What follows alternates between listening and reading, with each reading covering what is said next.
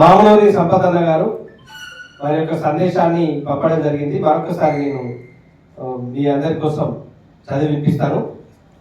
ప్రశ్నించడం పత్రిక సహజ లక్షణం, అదే తెలంగాణ వాణిలో ఉన్న గొప్ప లక్షణం. ప్రశ్నకు జవాబుకు మధ్య వారధి జర్నలిజం. ప్రజలకు ప్రభుత్వానికి మధ్య వారధి కూడా జర్నలిజం. చెడును పాతిపెట్టి మంచిని వెలికి తీసేది జర్నలిజం. నిరాధారమైనటువంటి ఆరోపణలకు తావు లేకుండా ఆధారాలతో సహా నిరూపించి దోషులను నిలబెట్టేదే నిజమైన జర్నలిజం. వాస్తవాన్ని గ్రహించకపోతే, కుట్రలను భగ్నం చేయకపోతే జర్నలిజం బతికి బట్ట కట్టదు. సోదరులారా, మన అస్తిత్వంలో ఏ రూపాన్నైనా నయవంచన చొరబడవచ్చు. గమనించండి, కాలం చాలా గొప్పది. కాస్త ఆలస్యమైన నిజాన్ని నిగ్గు తేల్పుతుంది.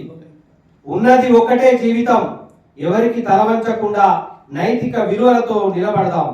తద్వారా సమాజంలో జర్నలిజం అమ్ముడు పోతుందనే అపోహలకు పాతరేద్దాం. అహర్నిశలు శ్రమిస్తూ ప్రజా సమస్యలను మన తెలంగాణ వాణి పత్రికలో ఎత్తి చూపుదాం. కదం కదం కలిపి కలంతో పిడికిలెత్తి కలిసి నడుద్దాం, కలిసి పయనిద్దాం. తెలంగాణ వాణి వార్షికోత్సవ సమావేశానికి హాజరైనటువంటి నా తోటి, నా ఆప్తులైన సహచర జర్నలిస్టుల సోదరులందరికీ పేరు పేరున నమస్కారాలు.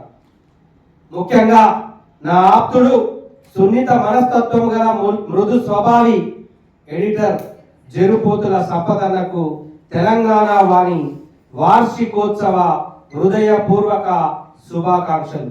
అలాగే నెట్వర్క్ ఇన్ఛార్జిగా బాధ్యతలు నిర్వహిస్తున్నటువంటి అఫ్జల్ అన్న గారికి కూడా హృదయపూర్వక శుభాకాంక్షలు. సదా మీ సేవలో మీ శ్రేయోభిలాషి, మీ సోదరుడు, తెలంగాణ వారి కుటుంబ సభ్యుడు మామూలూరి సంపత్. మరి ఈ సందేశాన్ని వారు పంపడం జరిగింది, అది మీకు కూడా వినిపించడం జరిగింది. మరి నేటి తెలంగాణ వారి దినపత్రిక 19వ వసంతం ముగించుకొని 20వ వసంతంలోకి అడుగు పెడుతున్నటువంటి శుభ తరుణంలో ఎవరైతే మాట్లాడాలని మీరు అందరూ కూడా ఎదురు చూస్తున్నారో ఆ ముఖ్య అతిథి మన తెలంగాణ వారి మృదు స్వభావి సున్నిత మనస్కులు జరిపోతుల సంపత్ గారిని మాట్లాడాల్సిందిగా